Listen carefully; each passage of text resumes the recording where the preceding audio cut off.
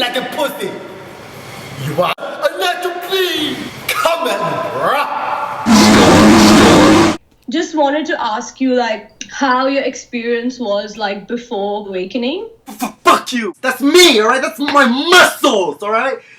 Car is not you, right? Most of the time, in our more so natural state, we're fucking disgusting. All I see is dancing lights and beauty. And that's the thing. It's like I don't see enlightenment. Like everywhere I look, is enlightenment. When I see a person on the street, I don't see an unawakened person. I see luminosity. I see God perceiving itself, or just nature. Vagina! Fucking whip vagina, mom! On the path, you die many times. That's why people like stick a gun to their head, right? They really just want to kill the inner voice, the separate ego. I'm mad because this is the emotion that takes a person to eat. Just a lot of suffering, a lot of cravings. Girl breaks up with me or something, I want to kill myself. I was manic a lot of times too. I was very angry all the time. I would like throw like punches in the wall and like.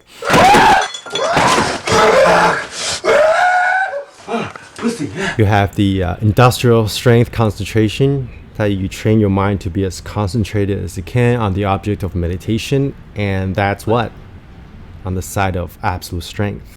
I put a lot of this energy into like making my videos, lifting weights. Those just creates more attachments, you know, just like cycles of like, yeah, samsara. I had a pretty good life, like there's no reason for me to suffer, but I was suffering. I think a lot of that just has to do with brain chemistry, and nowadays I don't feel the slightest energy of being manic or even depressive. And it's not like I try to control it either, because there's absolutely no sense of agency at this point. But yeah, I was just simply angry at the world. And after I got on the path, it was just even more suffering. It's a different kind of suffering. Before it was like personal, but then slowly as I unraveled identities, it became more existential, you know, what they call quote unquote dark night of the soul.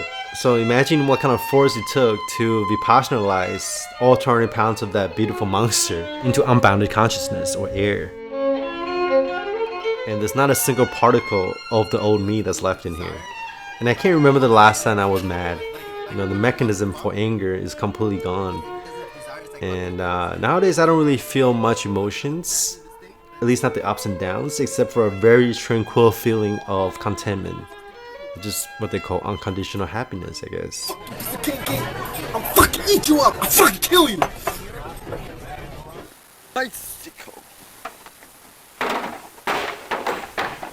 Yeah. Wow. And then before it was like a perceiver here. Like there's like an air of attention like that. There's something here that's receiving information and giving out information, but now that's gone. So like, fuck you, evolution. Here's the new breeze. So even to say like things are perceiving itself is already saying too much, because there's no things, and it doesn't even feel like there's perception. At least it's not something that's happening anywhere, because there's no reference point from here to there. Things just are.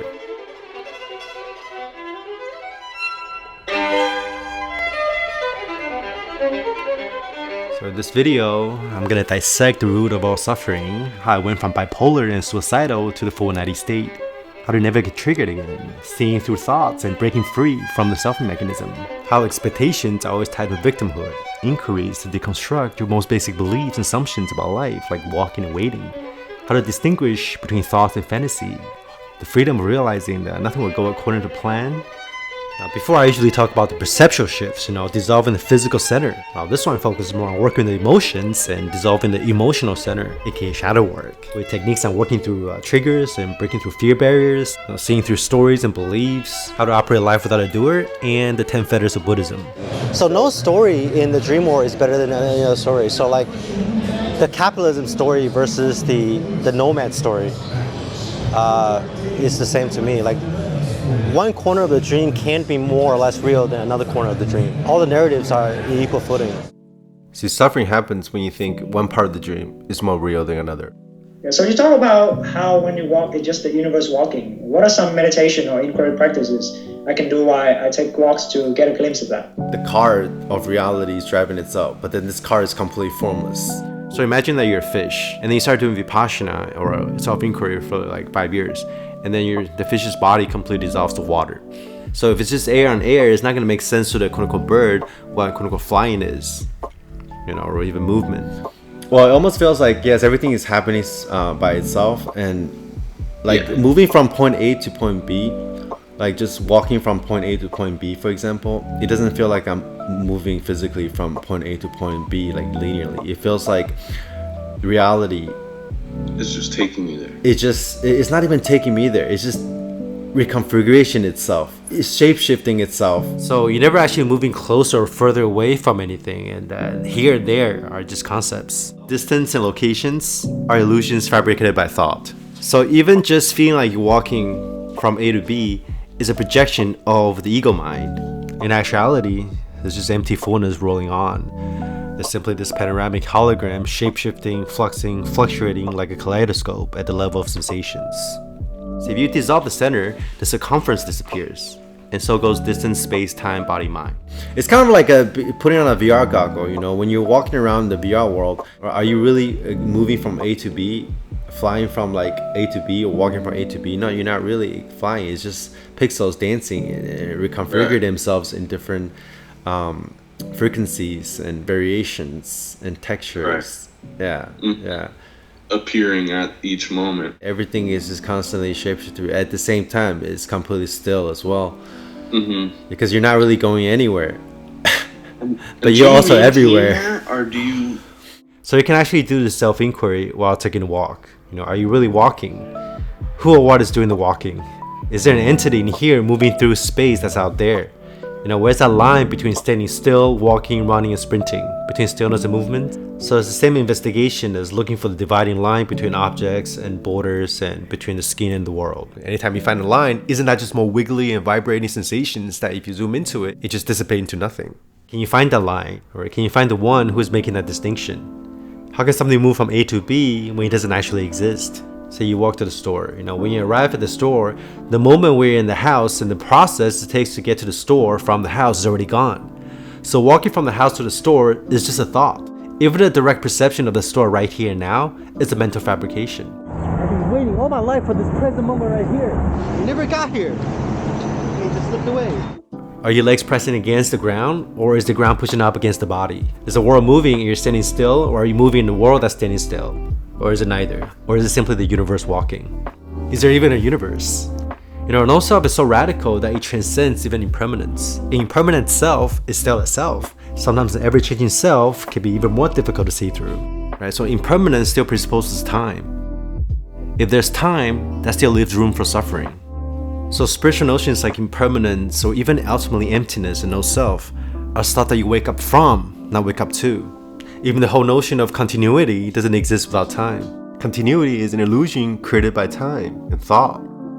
Thoughts are also disjointed. What links two thoughts together is yet another thought. That's also disjointed. So there's only the disjointed, disconnected functioning of the senses. Reality appears, disappears, reappears again, disappears, reappears, disappears. At the same time, it's never gone anywhere. This continuity is also just a concept, neither continuous nor discontinuous. There's no cause and effect, no dependent origination, no body, no mind, no consciousness. Loads of people always asking you loads of questions about where you are, and it kind of takes away from the conversation. So no time, no space, no universe. But simultaneously, they all exist. So this is the paradox you get over when you get over yourself. When I look onto the world, I don't even see consciousness anymore. If you still see like awareness or love or emptiness, then it's still a very subtle sense of separation hiding somewhere. You see the I am everything phase versus simply everything. And this whole notion about the true nature of reality just completely falls away. There's not going to be anything in here that can declare or know what it is that's out there. It's neither something nor nothing. Neither consciousness nor not consciousness. Neither self nor no self. Neither one nor the many. When the absolute completely merge with the relative, the best way to describe a lamp is a lamp. Awakening is not about knowing. It's what gets revealed after realizing everything that you're not.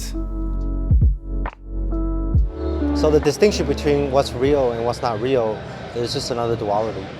So I would say the natural state is neither real nor not real. So this is neither a dream nor a reality. Have you read Jen McKenna? So he has a method called spiritual autolysis. It's like self-inquiry, but then you write everything down. So basically, you write everything down that you think is true until there's nothing true left. So the last sentence would be, is it true that nothing is true? And that also has to be a no, right? Yeah. So then that destroys itself. So every sentence and every statement is destroying the previous one, but also it ultimately destroys itself. I love that. Is it true that I'm Tim? Okay, no. Is it true that I'm body? No. Is it true that universe was created 7 billion years ago? Well, that's a concept. That's a thought. So it's not true.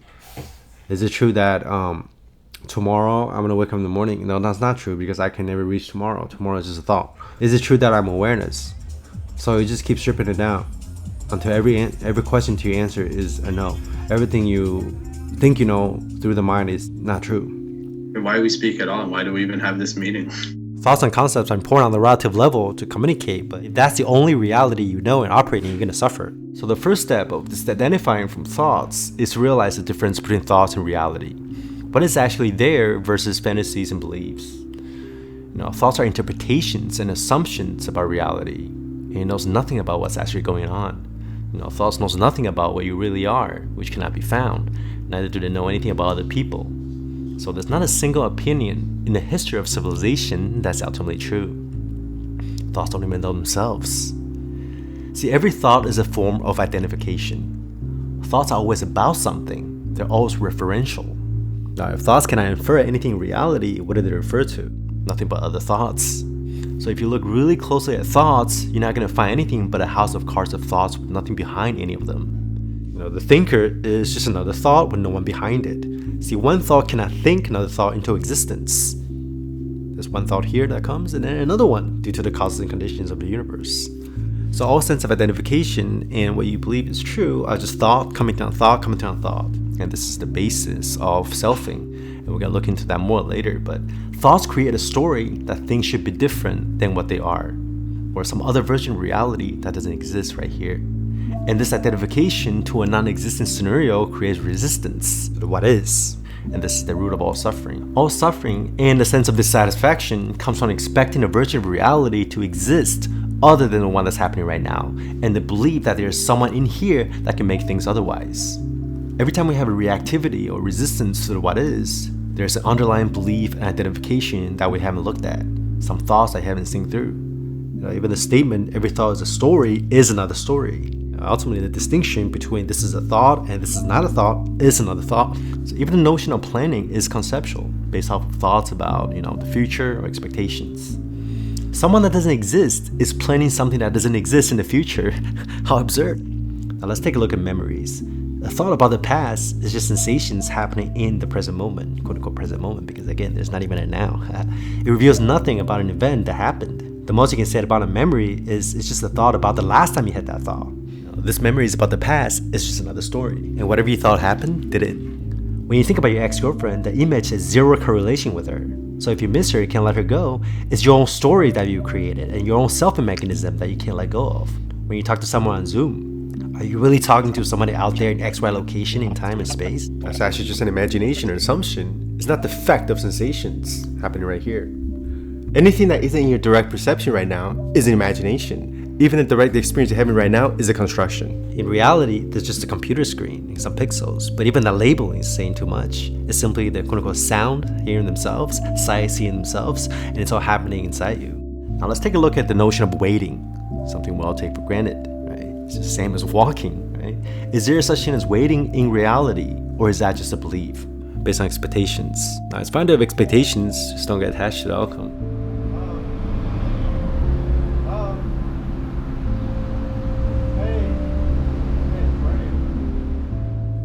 Every time you expect something, it presupposes a lack.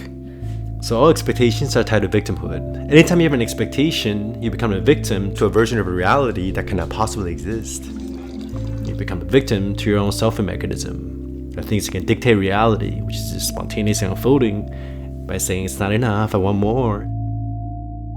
Since no other version of reality exists other than the one that is happening right now, there's actually no such thing as expectations or possibilities. Which is the same thing as saying there's infinite potentiality, because 0 equals infinity, both are meaningless, which means that it's not possible for you to lack anything in this moment. You might be like, well, I expected something to happen, and really did. Really? The version of reality that actually happened or actually happening right now, because that's all there is not the same version as the one you had created in your head previously. So in a sense, nothing's gonna go according to plan or expectations, and that's the beginning of freedom, brah. So waiting is just an assumption. There's only the sensations of quote-unquote sitting, quote-unquote being, quote-unquote standing.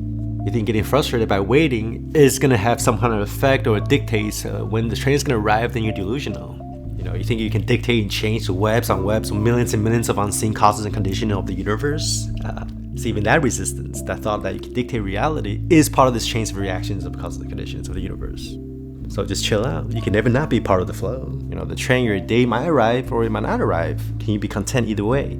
So waiting is nothing more than selfing. Being in control is just a thought. It's also just selfing. So what is the sense of self? You're contracting sensations, which is happening everywhere with no directions and it's non-local, into a location, and you put a label on it by saying this is me, this is mine, or this is not mine.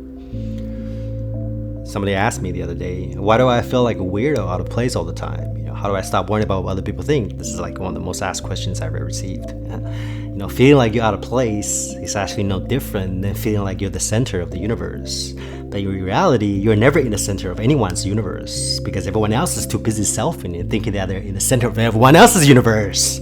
What other people think of you have absolutely nothing to do with you. And when you think about other people, have nothing to do with them except for projections of your own assumptions. No one has access to you through thoughts ever, because even you don't have access to what you really are through thoughts, because thoughts can't even know themselves. Want to hear the best of Florida? Fuck the cops. So adding a thought with the label I on top of other thoughts is already creating a resistance to reality. And through conditioning, resistance accumulates and manifests in physical contractions in the body, which in turn generate more stories about the contractions in the mind in an infinite loop of samsara. This is how the illusion of the separate entity is created. Some questions of inquiry, where do thoughts come from? Where did the dividing? Where did it go? What is that space between thoughts? Can you stop thoughts? Can you control thoughts? What is aware of thoughts? Who's doing the inquiry? You gotta question the validity of every thought. Why do you believe in this thought but not that thought? And why does this thought trigger some kind of reactions? And why do you believe that feeling? If you look at a thought, there's actually a gap between one thought to the next. When a thought is in mind, there are actually countless thoughts just waiting in the potentiality of the space, waiting to jump in and take over. Can you stay in that gap and break the chains of thoughts about thoughts about thoughts? Now, once you see through thoughts, the emotional blockages associated with these stories, identifications, and the physical contractions in the body, as a result of that, will open up. Or you can skin the cat from the other side. If you do enough body scanning and dissolve every speck of solidity in the body, the contractions in the heart and the mind will open up as well. Or you can draw the mountain from both sides, because all there is contraction and expansions of sensations. So getting lost in thought is no different than the physical contractions they feel in the body. And this includes very subtle tensions, like the error of attention, which creates the illusion of there being someone in here watching thoughts and sensations. So one of the most direct ways to not get lost in thought is just to release the contraction in the head, like the way you release the clench of a fist. If you completely release all the tensions and contractions, thoughts and sensations will no longer be self-reflective, and you return to your true nature, which is boundless, timeless, limitless. And this fill in the blank where things are simply happening, you feel like you can't even make a decision, and you never plan a thing in your life.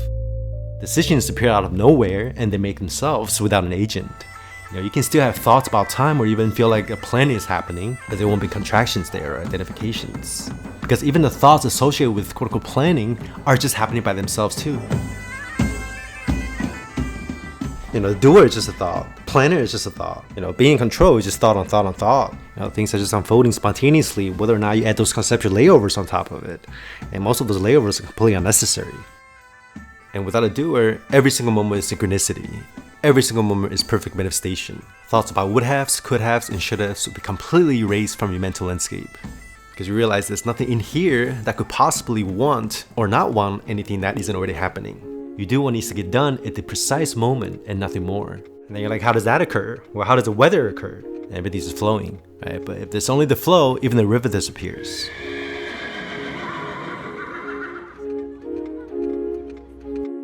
So every time you're lost in a story, really investigate. What the fuck is really going on? You're not referring to or getting triggered by things that are objectively out there, quote unquote. You're selfing to your own selfing mechanism. and reacting to the sensations of your own reactivity, and on and on. And within this infinite loop of illusion, you create a mental sculpture in your mind that you're tripping on, by stacking up one thought on top of another thought on top of another thought, blah blah blah blah.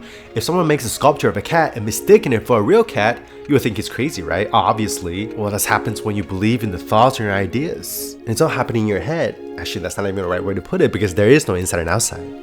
Thoughts are just representations of nothing. Of course, if you do enough Vipassana, you'll see that thoughts are just sensations as well. But sometimes when even that recognition doesn't stop the selfing mechanism, so you can zoom out a bit and make the distinction between thoughts and sensation by finding that gap between raw sensations and the way your mind reacts to those sensations. Can you abide in that gap before reacting? And this pushing and pull that we experience in daily life that creates most of our suffering ultimately falls away. When the right condition arises, you enjoy a piece of chocolate, you enjoy sex, you don't resist that. It's kind of like animals, when they fuck, they eat when they eat, and they sleep when they sleep. I've really enjoyed your videos. A lot of things about eating and sexuality. Do you find that has changed? It's hard to get into the different texture of taste. And before I couldn't really do that because I was counting macros when I was doing bodybuilding, but I've completely dissolved that programming. Now I really enjoy good food, but at the same time I don't really need it. I'm fine with eating cup noodles. Part of the reason is also because your sensory sensitivity is just increased exponentially. So I guess you can say with the realization you get to have your cake and eat it too. That's what I always say. It's you don't need most of the things that you thought you needed before, but when you do have those things, they're way more enjoyable because you're less attached to it. So it's a little bit like being on LSD permanently while you're sober, or people who smoke weed, they all the sensory impressions just gets really intensified. What the fuck, man? What the fuck is this? George, I am about to ride my bike downstairs. Now let's investigate beliefs and thoughts further, and then I'll give you some techniques on how to release reactivity, which follows the same mechanism as self-referential thoughts. Beliefs are thoughts plus emotions. They're stories that you tell yourself that makes reaction necessary. As you start having reactions by hijacking the raw sensations received through the senses, you're multiplying and solidifying sensations into thick bundles of contractions in this self-referential loop that results in all kinds of resistance to life. And these contractions morph into beliefs, negative emotions, cravings, self-recursive thoughts, conceptual labels, interpretations and assumptions about whatever is happening. They call this karma. Right? And this is the basis of selfing. This is how the illusion of the observer is created. This is how identities and beliefs are formed. And this chain of reaction usually starts with an I thought, which is a thought with a label I added on top of other thoughts. So again, everything you believe in is just thought about a thought about a thought, which then forms a belief that it can somehow argue or dictate reality by generating a fantasy version that cannot possibly exist to be more desirable than whatever's happening right now. So the I thought is just a resistance to the what is, and resistance to the what is the root of all suffering. You need thoughts to function, but you don't need a thinker to function. And without a thinker, thoughts just come and go. They're no longer experienced as part of your subjective experience. Because ultimately there is no such thing as a subjective experience after you erase the subject-object duality. And once you see through thoughts, there's no point in resisting them because it's just part of reality. The brain thinks the same way as the heart pumps blood and the universe breathes you. Nothing's personal. I can get to a good place where I feel like everything's dissolving, I'm nearly finished. I'll see a girl in the gym, I'll see a chain of events, and it'll just fucking escalate into just fucking mayhem. The Buddha talked about two darts of experience. The first dart is pure sensations. It's just hitting consciousness, and it's going on all the time. As long as we're organisms and we're biological of the body, mind, and the mind, it's going on all the time. Just throughout day-to-day, moment-to-moment experiences. The first dart is constantly, being hit all the time through the senses. But the second dart is the reaction to the first dart, the mental anguish or the resistance to the first dart. And that's optional. That's why they say pain is inevitable, but suffering is optional. So if you can find the gap between the first and the second dart and do self-inquiry from there by asking, what is the reason for reacting? Where and what is the self that needs to react? You'll see that actually you can't find a reason to react to sensations. Neither can you find the self that needs to react. So if you can't find a reactor, you're not going to be able to find any reasons to react either. So people talk about their buttons being pushed when they're triggered, but in actuality, no such button can be found. The inquiry has to be done in the gap before the second dart hits, which are the chains of reactions waiting to jump in and take over the mind through the conditionings. If the inquiry is done after the second darts hit, it's too late. The inquiry then becomes who or what is reacting to the sensations rather than who or what needs to react to the sensations. It's a very subtle but important distinction. Inquiry can still be done after the reaction starts, but this will merely weaken or delay the chance for reaction in the future, but you won't completely eliminate the second darts for good. Now as you practice more and more, the gap becomes wider and wider until finally there's no more gap left. And the second dart almost never hits you anymore. Now Vipassana is an integral part of this investigation or practice because it trains the mind to be agile, quick, and concentrating still, so you can detect and abide in that gap. Say that again, non-what? Non-dual. What's that mean, non-dual? Non-dual basically just means not to. Do-nothing meditation also plays a role, because you need to create space and relax into the gap. And if the initial reactions start to happen, you can simply just surrender to and allow whatever is happening to be as it is, so that no further darts are thrown. You simply allow space around the resistance, apply love and compassion, and look at whatever resistance you have, and just relax into it. Feel it completely, and it will dissolve on its own. And you want to apply metta to whatever is happening. Nothing needs to go away, because things can't go any other way, right? When there is resistance, that's where you want to look at. Resistance and alchemy for acceptance and love, right? So the universe is always going to give you exactly what needs to be dissolved or released. Why? Because nature is always unfolding in the course of these resistance if you just let it. Resistance is nature's way of telling your body what needs to be let go of. So you want to say thank you to whatever contraction is coming up and realize that the notion of quote-unquote contraction is bad is just another story. Whatever you're afraid to look at, that's where you should look. Fear is going to generate some thoughts telling you not to look here. But at the level of sensations, it's actually telling you to look there because that's what needs to be released. All resistance wants is to be dissolved into love. If fear comes up, it's only here to tell you you're entering unexplored territories because you're making consciousness gains, brah.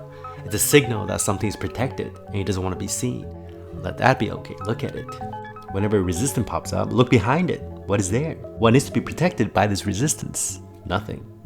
The label quote-unquote fear actually have nothing to do with and is completely different from the sensation of fear. Just like the image of the body and the labeling of the body parts have nothing to do with the raw sensations of it, right? The body is just a cloud of sensations. And when you remove the image and the conceptual layer of quote-unquote the body, you're actually just floating in boundless space 24/7. So by the same token, emotions and desires don't actually exist on the ultimate level except for labels attached to raw sensations, which then creates contractions, identifications. They say you can't break an omelet without breaking some eggs. You can't build muscles without tears and blood and pain, right? So you can't become an infinite bra without breaking through fear barriers. So the level of your spiritual awakening correlates with how much suffering you're willing to bear. Some of those barriers are very light, like feathers. Some of them have so much identifications around it that they're so thick that you're gonna feel like you're dying when you try to break through it. But an illusion can't die because it was never there in the first place. And what you truly are can't die either because it's always there, fully awake. So Vipassana times do-nothing meditation times self-inquiry equals liberation. Now, it sounds complicated, let me break it down a little bit. The first step is to realize that there is a gap between the first and the second dart. Most people don't even know that. The second step is to abide in that gap. You might feel really uncomfortable there. This potentiality of pushing and pulling is going on, but just abide there. The third step is to do self-inquiry from that gap. At first, it might be very difficult to do this in real-life situations. So you want to just sit in meditation and call upon events that used to trigger you and work through that. For that dense energy I'm feeling right now, it feels tight and fucking condensed and it's like it's contracting. I don't like it. Say, I don't like it. I don't want to be there. That's the reaction to that sensation. Those are part of the chain of reactions. That's where the craving comes in. Now, there is a difference between craving and just having the sensation of, say, feeling hungry or feeling horny. There's a second layer that gets laced on top of the initial sensations. That's where the contraction is. That's where the selfing is. That's where the suffering is. Even though it's still just happening by itself, and the reaction to that is still ultimately just happening of the universe. Some of those reactions and beliefs are actually manifested subconsciously. So you still have that belief. So that's why you have to go deeper and look at it. In one of my previous videos, I talked about how you can perceive thoughts from content to context. The way you flip from a rabbit to a duck, or from an old lady to a young lady in one of those famous optical illusion pictures. Then ultimately, you see that both are stories and interpretations you edit on top of lines and dots and a piece of paper. So again, it's sensations all the way down. And what is the nature of sensations on an ultimate level? It's empty. So there's actually no distinction between content and context, and neither has an inherent existence. Now, if none of those techniques work, and you still find yourself lost in thoughts, then simply accept the fact that that is just what's happening in the universe, and you can't change that. Is there anyone here that's getting lost in thought? Is it an ocean? Being present is better than getting lost in thought is just another story. Having thoughts about what is already happening in reality is kind of like being a commentary in an NBA basketball game. None of what the commentator says has any bearing or effect on the game or the outcome. And not only that, most of what the players and the coaches are saying during post-game interviews have nothing to do with the outcome of the game. Like, we play hard, our guys hustled, right? How much stress do players have to go through to deal with the media, whatever. ESPN analysts then spend an enormous amount of time and energy commenting on replays after replays, analyzing what already happened for days, months, or even years. On top of that, the press and the public, there were comments on top of comments on something that isn't happening right now. Not only are the comments about the game's irrelevant fabrications, even the game itself is a construct. All the rules of a basketball game are arbitrary, yet fans and players take the game to an objective reality. And life before awakening is no different. I noticed with you, from when we even first met to how you are now, so you had your the final awakening. Then you went I met you a year after that, and you were still pretty hyper. This thing right here transcends mind and matter, existence and non-existence, form and emptiness. A lot of your conditionings don't actually get released until after awakening. So that's why they say wake up, clean up, and grow up. So there was a year or a year and a half where after my awakening was I was pretty hyped up all the time. I was sleeping for 4 hours a day. That's because I was still releasing some of the conditions that are impossible to release when there is still a center, because the center is always going to hijack whatever conditionings that you're still trying to clean up and create a cleaner out of it. That's why if you only do shadow work without awakening, you're just going to go in circles. After the awakening, the center was gone. So there's no one here that could suppress or morph the rest of the conditioning into a new identity. And that's the space where a lot of your conditioning will come up. That's why you see after awakening, people are they're the eyes all bulging out. They were vibrating with love and a lot of energies, and they can even transmit some of that energy. But that's still the byproduct and the side effect of you still going through the process of unfoldment. And after, it's been 3 years after awakening. And even when I talked to you last, there was still something that was getting burned. So now it's just everything's been pretty burned away. So that's why I don't feel much of that energy anymore. You give off the impression that your path was easier than maybe what it actually was. Did you ever have nightmares or anything? I had so many fucking crazy nightmares, man. Throughout the path, I was lying in bed for weeks at a time thinking I was dying. Especially during some of my energetic kundalini shifts. I thought I was going to die multiple times. Because the death of the ego is the same as physical death. Because the only reason why you think there is death is attachment to your identity. So when your identity dies, is as real as physical deaths. There were so many moments of dark night of the soul, so many nights where I just suffered I was really going to die. And then that's not even... Did you ever have any nightmares or visions or dreams in Yeah, of course. Loads of nightmares. I have entities visiting me. Imagine all the crazy stuff that I went through. The God mind. Imagine that turning 180 degrees into the dark night of the soul. I was experiencing that all the time. But after stream entry was this push of wakefulness that gets perpetuated through every part of your body, and you have no choice but to go through it. The way I looked at it was I never resisted that either. So in a way, it was smooth because I felt like I had no choice. I was just going with the ride. But that doesn't mean that ride wasn't painful. Now, worry about trauma. See, from the ultimate non-dual perspective, without a past or future, there's no such thing as traumas, really. There's nothing to heal. All there is the physical contraction that you feel right here and now and can be released in this moment. And any stories around that is just, stories you're telling yourself right now. Resistance don't have a history unless you make it so, which creates more contractions. Some people just get stuck in the I am the healer identity and narrative all their lives, not getting anywhere. Sometimes it's important to work through stories with stories. You have to use the thorn of a rose to remove another thorn until you throw them both away. So you can do this through therapy or shadow work or whatever. But other times, it's simply the recognition that there is nothing to heal. It's just void dancing. But spiritual bypassing can easily happen from this non-dual perspective as well, because you can see through the self, but still have a lot of traumas that hasn't been healed. Actually, again, these traumas can be manifested even more powerfully now, because there's no one here to cap or suppress them. That's why sometimes you have to work through an illusion with another illusion, to pretend that there is an I, even after seeing through the self, to work through the rest of the conditionings. Going around in non-dual form saying there's nobody here and nothing to heal only works to a certain extent. Other times it's just bypassing. You don't want to be identified with disidentifying. So the root of all suffering comes down to ultimately believing three things that ultimately don't exist. Number one, substantiality. Believing anything to have an inherent existence. This includes the self, the body, feelings, walking, waiting, objects in the world, thoughts, or even awareness itself. 2, permanence. Believing anything to be everlasting. 3, satisfactory. Believing that we should always feel good, or life should always go our way. If not now, we cling to the illusion that things will always get better in the future. Believing in satisfactoriness presupposes dissatisfaction. When you take your inquiry to the extreme, much of the same way that you can never locate itself, substantiality, permanence, and satisfactoriness simply does not exist except for a concept you made up in your mind. Neither does impermanence, dissatisfactoriness, or no self. Now, the reason why seeing through the self is Awakening 101, which is the first 3 fetters of Buddhism, and fetters just means beliefs or solidity, is because the rest of the beliefs and lenses of perception cannot fall away or be seen through if the mega belief of the self is still in the way. And these other more subtle beliefs include fetters like desire and ill will, which is just a push and pull of experience, believing in subject-object duality, that's the 6th feather, belief in form, the fact that anything out there exists at all, or the objects have solidity. Once you see through this, everything becomes a hologram. Believe in the formlessness, that's the 8th feather, which even the identification to enlightenment itself or God consciousness, awareness, is dropped away. This is the big self, the I amness. Ramana Maharshi asks you to abide there, but you gotta go beyond it. And finally, the last fetter is identification to knowledge. It's a belief that you can know anything at all. So at the end, you become completely ignorant. Just the inclination to know what even the nature of reality is the resistance to reality.